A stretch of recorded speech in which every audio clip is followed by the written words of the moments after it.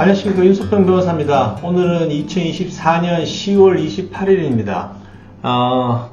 해마다 보건복지부에 고시로 해서 우리나라 기준 중위소득하고 법원에서 이제 법원 기준 최저생계비 이거를 이제 매년 발표하거든요. 물가 상승률이라든지 뭐 임금 상승률 이런 거 고려해서. 이게 왜 중요하냐면은 개인이 하는 개인 사업자가 하게 되는 간이회생이나 그 다음에 이제 개인회생을 신청할 수 없는 급여소득자가 신청하는 일반회생이나, 그리고 무담보 채무 10억 이하, 담보 채무 15억 이하가 신청하는 개인회생, 그리고 이제 뭐 사업소득인지 급여소득인지 구분 없이 소득활동을 하게 되는 경우에 신청하는 개인 파산, 요런 사건들, 법인이 개입되지 않는 신청인이 이제 자연인인 개인인 경우에 중위소득과 이제 최저생계비가 굉장히 중요하고 민감하거든요. 그래서 지금 2025년에 시행될 중위소득과 최저생계비를 제가 말씀을 드리겠습니다. 블로그에 다 올려져 있는 건데 찾아가서 보시면 되고, 기준 중위소득, 이제 우리나라 이제 중간 이제 소득 수준이 1인 가구일 때는 약 239만원, 1000원 단위는 생략할게요. 239만원. 그리고 2인 가구는 393만원, 3인 가구는 500만 25,000원, 그 다음에 4인 가구는 600만 97,000원, 6인 가구는 800만 64,000원, 7인 가구는 898만 8,000원 이렇게 되어 있거든요. 그럼 요게 중위소득이에요. 2025년.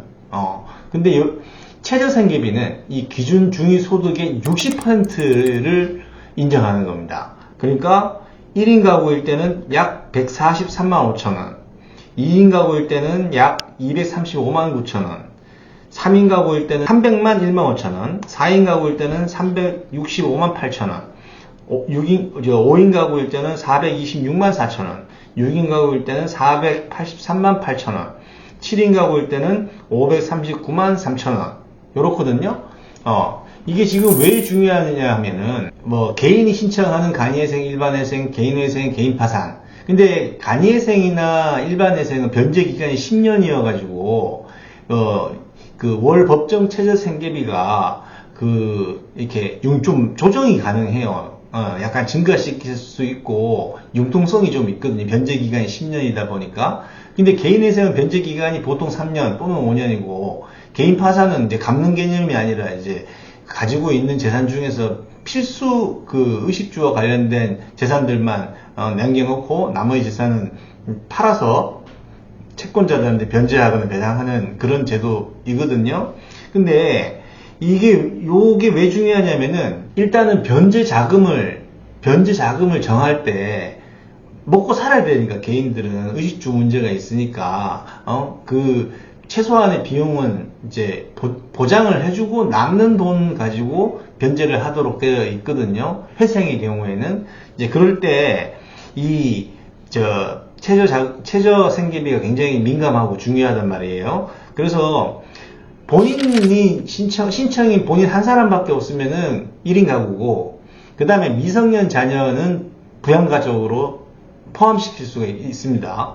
배우자의 경우에는 지금 현재로서는 60세 이하인 배우자는 일을 할 수 있다고 봐서 평상시 전업주부로서 남편이 벌어다 주는 소득으로 부양을 받아왔다 하더라도 이 개인회생, 개인파산 이런 제도에서는 제외합니다. 부양가족에서.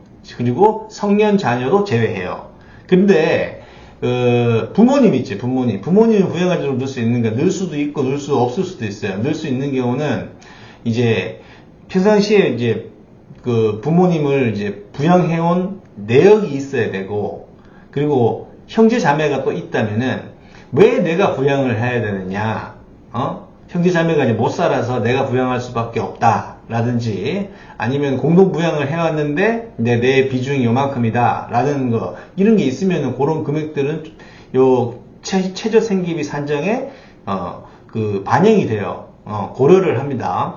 그 만약에 배우자가 있고 미성년 자녀가 둘 있고 이런 사람이 개인회생 개인 파산을 신청했다 하면은 부양가족이 어떻게 되겠어요?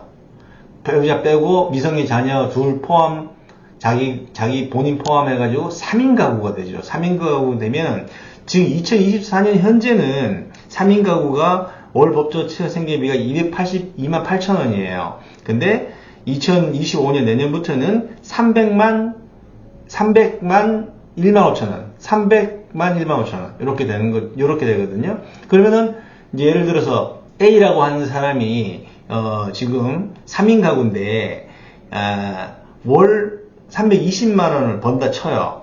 그러면 내년에는 어떻게 되는 거예요? 301만 5천 원이니까 그 빼면은 18만 원 정도 남고 18만 원, 28만 원 남거든요. 8만 원, 18만 원 정도 남거든요. 320만 원, 30만 원 번다 그러면, 그럼 그거 미미하잖아. 그거 가지고 지금 뭐 3년 변제, 10년 변제 하라 그러면 이거 뭐 간에 기별도 안 가는 금액이잖아요. 이제 그랬을 경우에는 이 최저 생계비하고 소득이 비슷한 수준이다.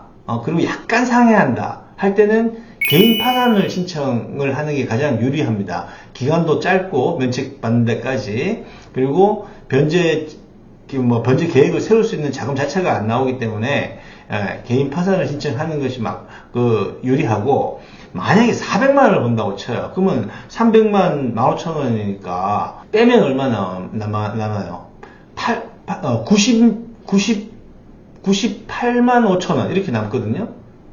그러면 많이 남잖아. 98만 5천 원은. 그러면 이런 경우에는 개인 파산을 신청할 수가 없고, 이제 개인 회생이나 일반 회생, 간이 회생 이런 걸 통해 가지고 변제를 하다가 면책받거나 면제받거나 이렇게 되는 거거든요. 그래서 이게 지금 최저 생계비 책정이 굉장히 민감해요. 왜냐하면 많이 책정 받으면 채무자가 이제 생활하는데 조금 이렇게 여유가 생기는 거지만, 변제 자금은 줄어들기 때문에 채권자들한테 불리한 것이고, 최저 생계비가 이렇게 딱 기계적으로 딱 정해져 가지고 요 금액만큼만 하고 나머지 빼기, 전체 소득에서 최저 생계비를 뺀 나머지 소득 가지고 이제 변제를 해 나간다 했을 때 변제 자금이 커지죠. 이렇게 생계비를 이제 절약해 가지고 축소해서 한다 해서 변제 계획안이나 회생 계획안을 작성한다 그러면은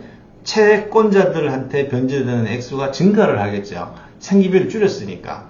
근데 이제 우리나라 중산층의 소득의 60%가 최저 생계비다 보니까 이게 또 빠듯해요. 요 돈 가지고 살기도 빠듯하고 애들 학원 보내고 뭐하고 하기에도 상당히 빠듯한 금액이거든요. 그리고 2024년 4년 기준 2025년 올라봤자 3%, 3에서 5% 정도밖에 안 올라요. 그래서 이 최저 생계비에 이제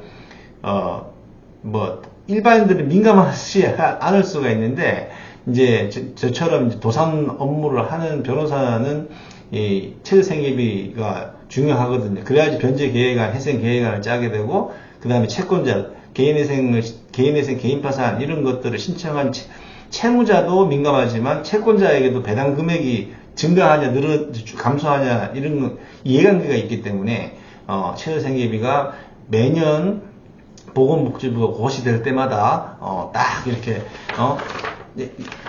이게 표를 만들어 가지고 책상에는 어디 비치해 둬야 되는데 외울 수가 없기 때문에, 그래서 최저 생계비는 어떻게 정하는 거구나 이렇게 알아두시고, 최저 생계비를 책정하는 부양가족 수는 어떤 기준으로 이제 2인이냐 3인이냐 4인이냐 아니면 1인이냐 이렇게 어떤 기준을 정하느냐, 그거에 대해서 설명을 드렸습니다.